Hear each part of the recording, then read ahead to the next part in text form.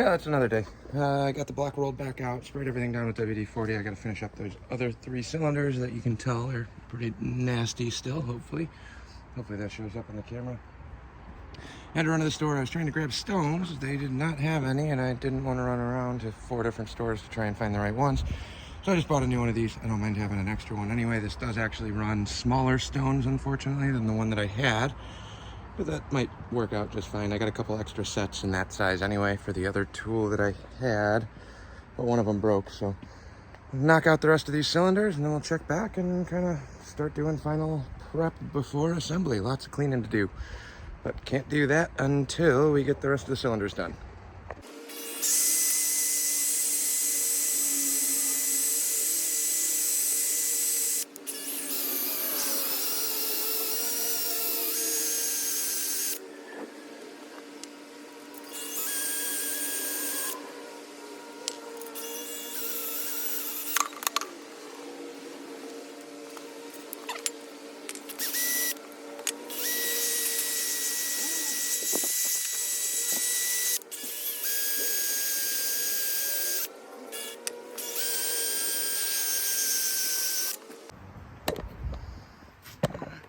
See how these look. Give them a quick wipe down, clean some of this stuff off, and then we'll be back in a second. Okay, I got some nice fresh hone marks in here now. Like I said, these are far from perfect. It should probably get an overbore, but this will run, hopefully. Do have the new box, one of these giant boxes of crap over there. Open one of those up, but now it's basically just kind of finished prepping the block. So I sprayed everything down. Now it's gonna just be time to give this all, oh, my fresh paint. The exhaust, or the oil pan stud that I had to hit with the torch to get out. That's all cracked. Whatever, cleaner than it was. So brake clean, basically clean all of this out completely and thoroughly. Get all the passages, and then it'll be on to pistons and rings and all of those fun things. All right, first step of the block cleaning is done. I went through, brake cleaned all the cylinders, cleaned all those out, cleaned all these passages, wiped everything down pretty good. Got it mostly done. Now, not done because I got a chase kit. I'm gonna go through and chase all of these. This is a newer purchase for me. Strongly recommend it, especially if you're taking engines and things like that apart. I use these on any Harley motor I build, especially once it gets blasted. When I'm doing my own and a full teardown, typically I will disassemble them completely, pull all the studs and everything else. A lot of times for other customers to drop off cases and things like that, they usually leave everything together with the studs in, so we've got a mask around them. I like taking all those out. 1, they don't end up blasted. 2, gives me a chance to go through and verify that all the studs are actually seated and hooked up proper. So I'm gonna grab this. We're gonna do the 1/4-20s around the oil pan. I believe they're 3/8, maybe they're 7/16. 7/16 on the mains. Yeah, 7/16 on the mains. We'll chase all the rods as well, and then flip it over and do the same on the heads.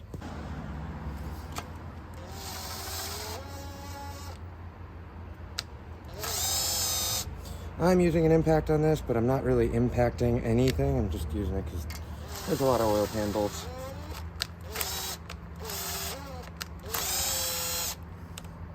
And this one's easier to switch back between forward and reverse.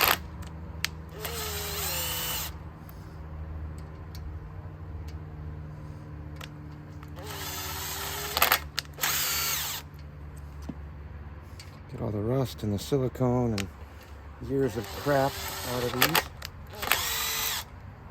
Do not want to hit this hard on the impact.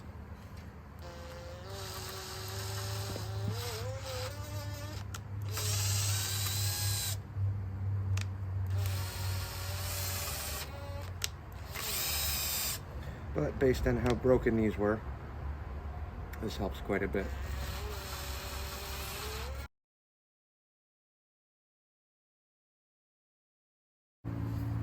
.5/16 on the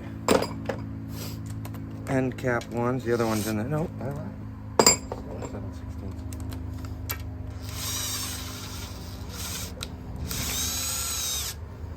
The one on the front of the motor is also a through passage, or on the back of the motor is also a through passage. So whatever you do, it's going to go through into the into the trans bell housing mating surface. The other one's actually into the timing cover, but we'll deal with that later. And the timing cover I got for this is brand new.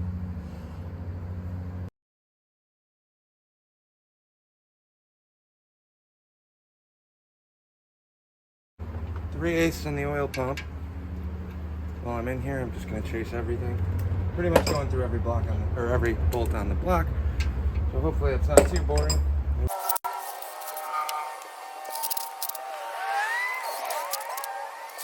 Extra time spent here goes a very long way, so.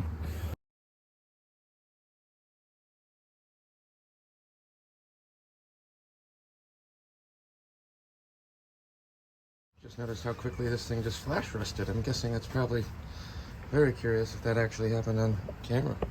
Don't really care all that much, but rechased all the threads. Off camera I did do all of the timing cover stuff as well. So all of these 5/16 bolts have been chased, cleaned up. I still got to clean up the gasket area, but I'm not worried about doing that right now. We'll get back to that when I start putting the rest of the front dress on.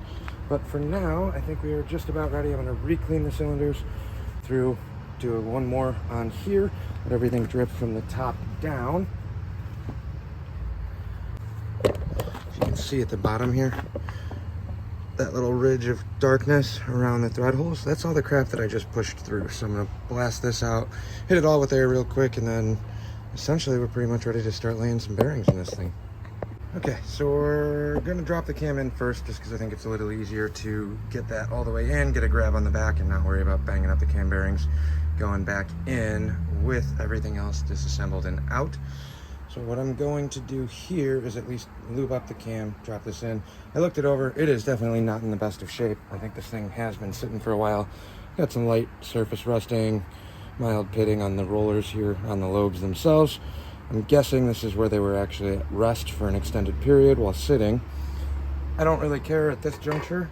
It is a roller. I would never do this if it was a flat tappet with a cam that looks like this on a roller. Running the stock lifters. I got a full set of lifters and a crane cam that I want to drop in. It would make sense to do that right now, but if I do drop the cam in, then I got to worry about head pressures, and I don't even think the valve springs that I have in the good heads on the other motor are enough for the crane cam. It's basically the same as an X303. I believe it's like a 542 lift. So gonna run the stock cam for now. It should run. Shouldn't run into too many issues on that. And like I said, we'll readdress this at some point in the near future. But right now I just want it to run and drive. I can run the stiffened valve springs with this one. This cam is a ZE code. That's the only code that I could find on it, and there's a little bit of rust. Didn't clean it up like crazy, but we're gonna drop this in, lube it up, slip the cam in, and we'll start putting the rest of the block together. Cam lubes are super sharp, so when you're doing this, you don't want to grab it tight and kind of rotate it in your hand. That's what you don't want to do.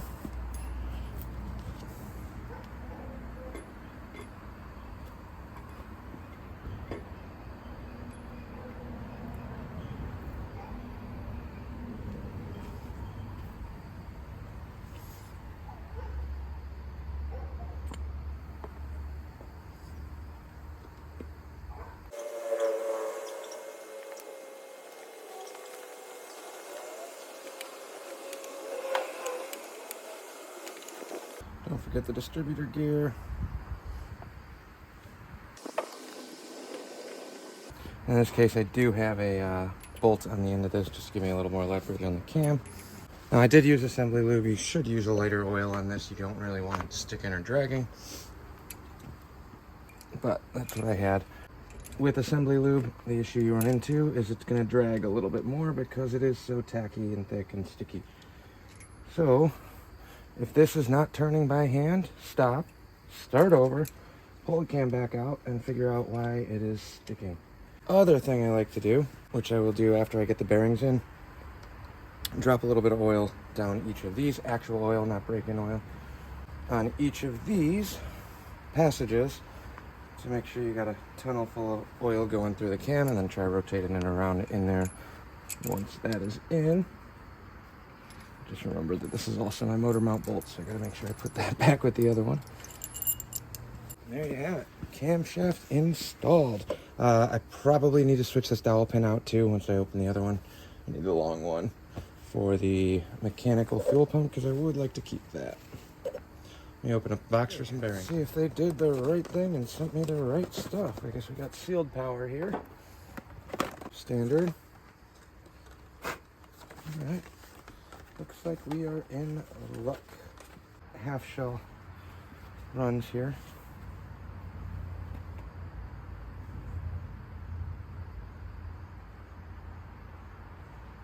As I'm yanking these out, I am just verifying that everything on here is super correct and the numbers are proper. You never know. You might just get a box with like one standard, one not standard. 10. Standard.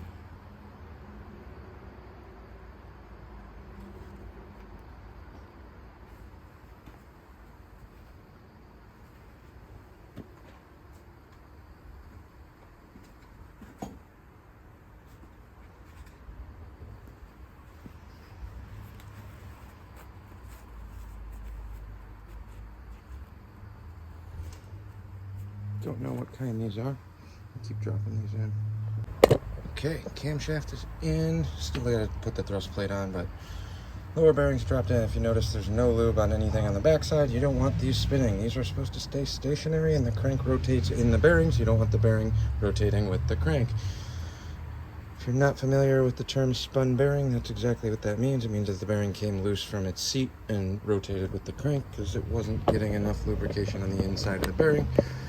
Crank heated up, or the bearing heated up, expanded, and is now rotating in your block. That is not a good thing. You don't want that. If you are at this point and you're not sure if your crank is still any good, this is a very good time to use plastic gauge if you're messing around with that. Basically what that means is you would put the other bearing in the top of the cap. You would not want any lubrication in there. You want them bone dry just like this. Drop the crank in, tighten them to Torx back, pull it off, and then you can mic out and measure the width that the plastic gauge squished. So they got, typically the packaging itself has a little gauge on it. In this case, I'm not really worried about that because this is going to get fired regardless. I know that sounds bad, but that's exactly what will actually happen. So I don't really need to mess with it. And I know based on looking at the old bearings that it's probably going to be pretty close. It might be on the looser side of an acceptable tolerance, but that's okay. This is not a freshly built high crazy power motor right now, nor will it be. If I do, I'll just build up another block for that. But putting some assembly lube in here now. I use this stuff too, the engine assembly lube with the graphite, moly graphite in it. I don't know. I'm sure an actual professional engine builder has a much more appropriate response to which one to use and when, but this has worked in the past. And then on the thrust bearing, make sure you lube up the sides of this as well. When you're using the assembly lube, it's so tacky and sticky. I try and keep the bottle clean. I use left hand for pouring out the oil. Right hand's going to be the dirty one. It's a little bit easier than trying to work around or touch anything with two sticky hands.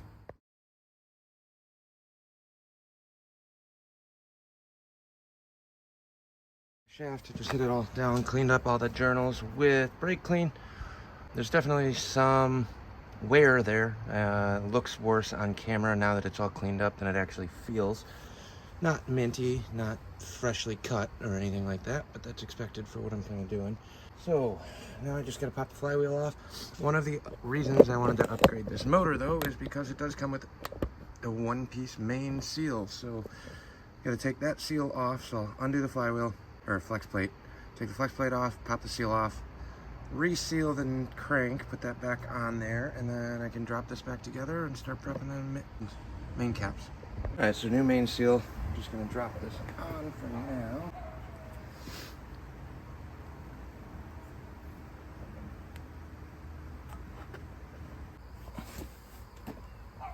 Crankshaft goes in.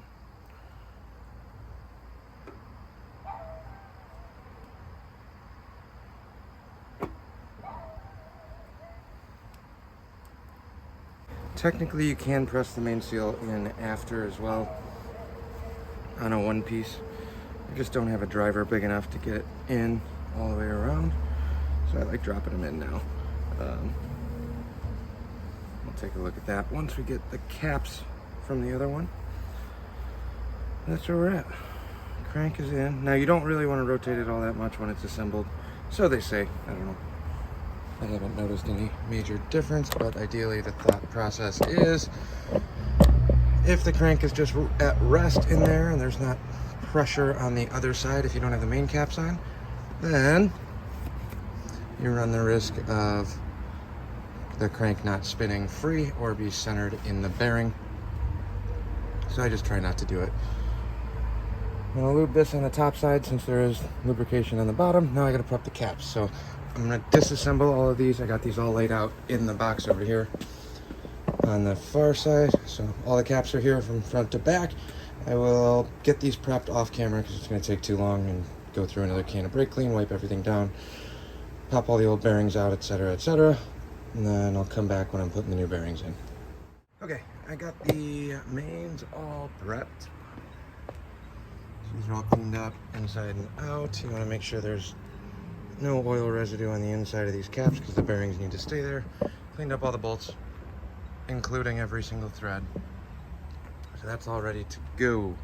Now, I'm actually going to use a little bit of the graphite on the crank and oil up the caps once I get those set. When you're doing the mains, like I said, make sure the inside's clean. Let's do this one. I'm doing number 4 first, so this is nice and cleaned up. There's a tang on the back side of the bearing. This goes into the sleeve, into the retainer on the main cap, like so. And just drive it down in. It should hold under its own tension. It'll sit flush on the edge, just like so. They're all like that except for number 3. So even number 4 with the main seal groove and the oil pan passage. It's still the same on the inside. Line up your tang. Drop it in. A little bit of pressure. Snug it in.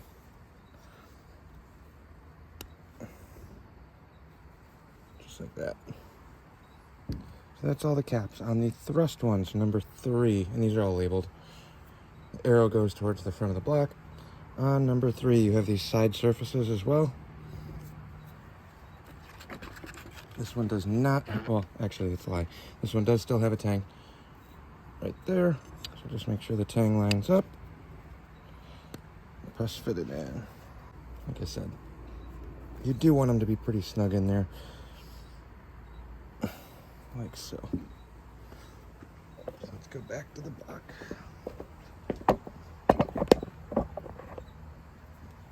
I don't know why, but whatever reason, do a glob of both of these.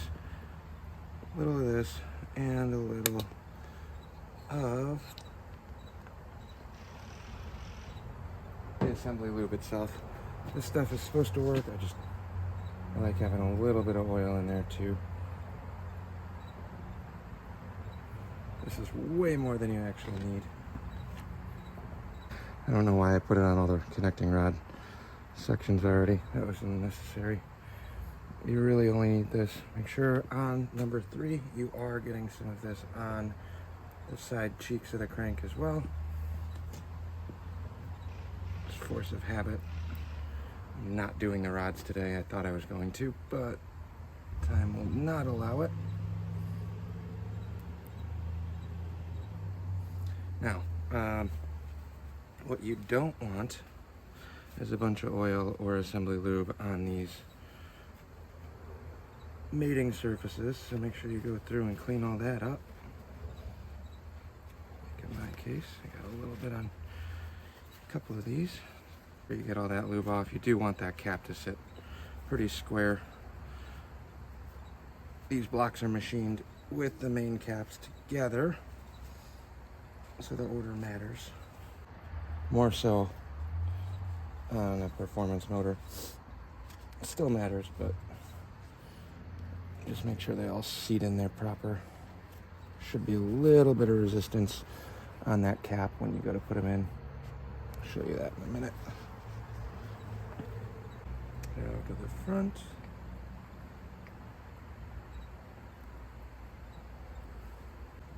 Don't forget about the thrust surface on the top shell of the bearing tube.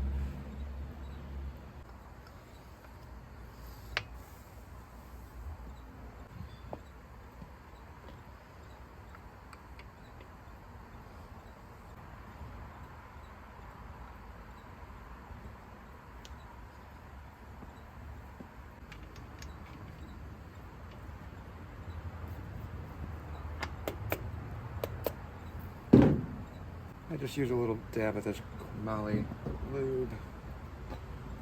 Might not be completely specced out like the ARP brand, which is what, 10, 20 bucks a tube. But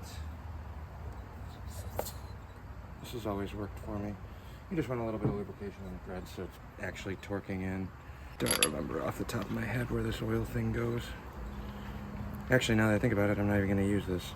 So this bolt doesn't really matter. I'm using the shorty pickup tube on the front sump pan. On the trucks or any of the other old Fords, you'll have a longer oil tube pickup, which will mount on this or this.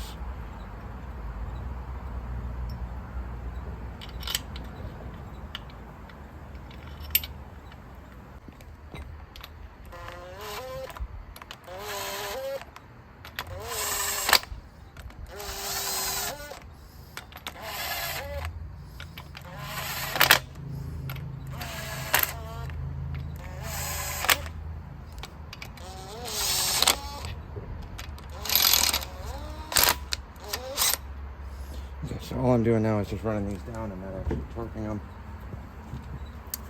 But you want these to go in smoothly.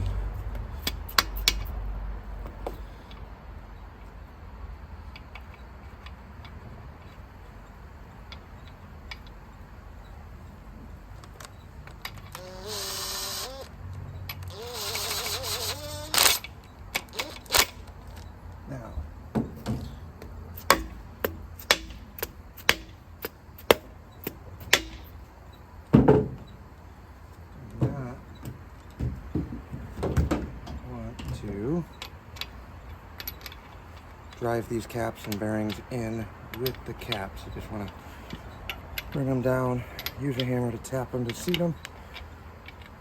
Then I'm going to grab a torque wrench real quick and torque these down to spec. I think spec on the mains is 65 to 70 foot-pounds, 60 to 65 maybe. I usually end up going 70 on these. Alright, so I got the torque wrench set at 50 right now, so I'm going to torque these down to 50. Before doing a final torque, come up at this one.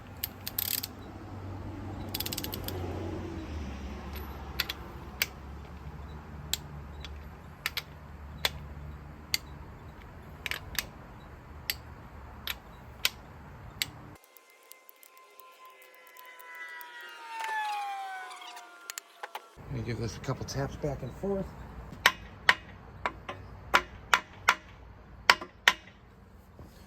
What this does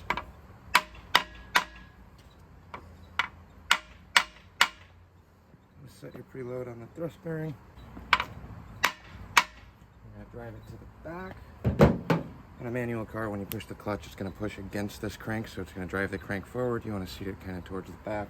This is not a manual car, so that probably won't come into play nearly as much. Now we're at 65.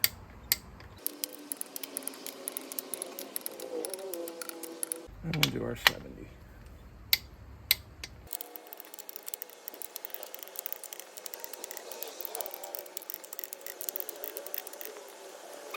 There we have it. We got a crankshaft installed. Now you can rotate it. Make sure everything spins smoothly.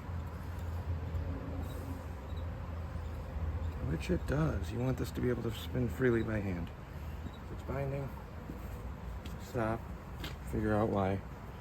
Start over.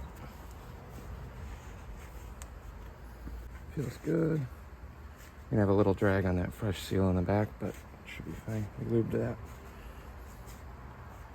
And that's the crank install. Crank and cam. Now it's just timing chain, rods and pistons, which I haven't prepped yet, and that's about all I'm doing today because I have to go play a show. Catch you guys later.